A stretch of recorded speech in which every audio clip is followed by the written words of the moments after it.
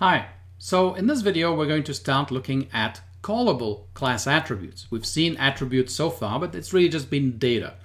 Now let's take a look at what happens when we have a callable, a function basically. So attribute values can be any object, right? So they can be other classes, they can be any callable, right? They can be anything.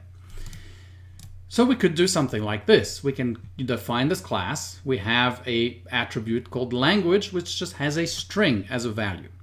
Now here we are defining another attribute. Its name will be say hello, because that's the name of the function, but it is going to be a function. It's going to be a callable.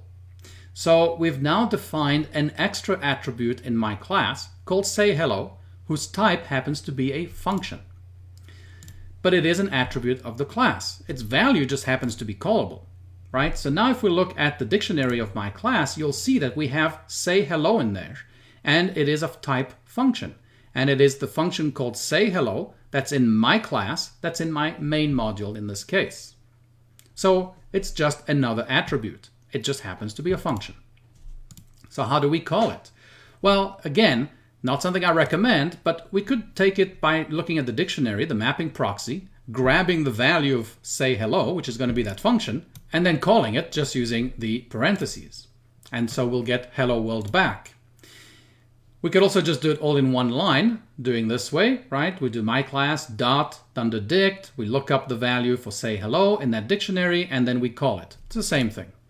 And we'll get hello world again. We could also use the get attribute function. So we can call get attribute with my class and say hello, and then we can call that, right? Because that's going to return, the get attribute is going to return that function. We can then call that function and we'll get hello world back. We can also use the dot notation. So we can say my class dot say hello, and then again we'll get hello world back.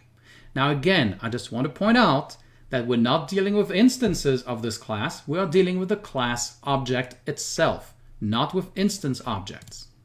All right, so let's actually look at some code very quickly and make sure we understand how that's working. Thanks for watching. I'll see you in a bit.